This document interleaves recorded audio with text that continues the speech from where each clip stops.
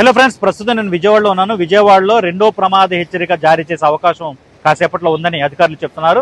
వస్తున్న వాటర్ను వచ్చినట్టు వదిలేస్తున్నారు. కృష్ణానదిలో పూర్తిగా నిండిపోయింది అనమాట. 5.5 లక్షల క్యూసెక్ల నీరు ఆ పైనుంచి వస్తుంది, వచ్చిందని వచ్చినట్టు వదిలేస్తున్నారు.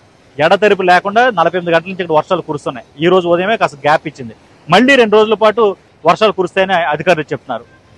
శ్రీకాకుళం నుంచి గుంటూరు, పల్నాడు జిల్లా వరకు ఈ ఉభయ గోదావరి జిల్లాలు, కృష్ణాగుండ, ఎన్టీఆర్, అలాగే కోనసీమ జిల్లా, ఏలూరు జిల్లా, ఇవన్నీ కూడా భారీ వర్షాలతో అంటే తడిసి ముద్దయ్యే అవకాశం ఎక్కువగా ఉందని అధికారులు చెప్తున్నారు.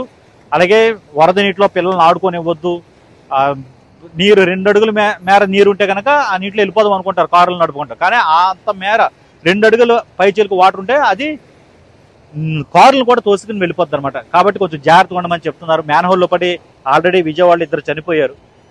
ఇతర ప్రాంతాల్లో అంటే ఏలూరు అలాంటి ప్రాంతాల్లో మరొక 2 చనిపోయినట్టు వార్తలు వస్తున్నాయి. ఇంకా కన్ఫర్మ్ కాలేదు, కానీ విజయవాడలో అయితే 2 చనిపోయారు. సో మ్యాన్ హోల్స్తో జాగ్రత్తగా ఉండని చెప్తున్నారు. బట్ ఇక్కడ ఒక అంటే ఈ ఆపదలో ఉన్నటువంటి దానికి ఉండే ప్రమాదాలు ఉంటాయి. దాంతోపాటుగా ఇక్కడ ఒక బ్యూటిఫుల్ పిక్చర్ కూడా మీకు చూపిస్తున్నాను. చూడండి, కృష్ణానది ఎంత అద్భుతంగా ఉందో. ఒక నిండు గర్భిణిలా కనిపిస్తుంది కదా, పూర్తిగా నిండిపోయి సన్సెట్లో. ప్రకాశం బ్యారేజ్ మొత్తం చూడండి, మొత్తం గేట్లు తీసేశారు. అటువైపు ఇంద్రకీలాద్రి 1వ భాగం, ఇటువైపు 2వ భాగం. ఆ పైన కనకదుర్గమ్మ గుడి. ఎంత ఆహ్లాదకరంగా వాతావరణం. ఆ సన్సెట్లో సిలౌట్ ఆ షార్ట్ కింద ఉంది కదా, ఇది చూపిద్దామని అనిపించింది నాకు. చాలా అద్భుతంగా ఉంది కదా. ప్రకృతి భయపెడుతుంది, అదే మనల్ని అద్భుతపరుస్తుంది అనమాట.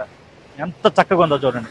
ఇటువైపు ఏమో అలాగా గుంటూరు, చెన్నై, ఆ బెంగళూరు సైడ్ వెళ్ళే రైల్వే లైన్లో సంబంధించిన బ్రిడ్జ్లు.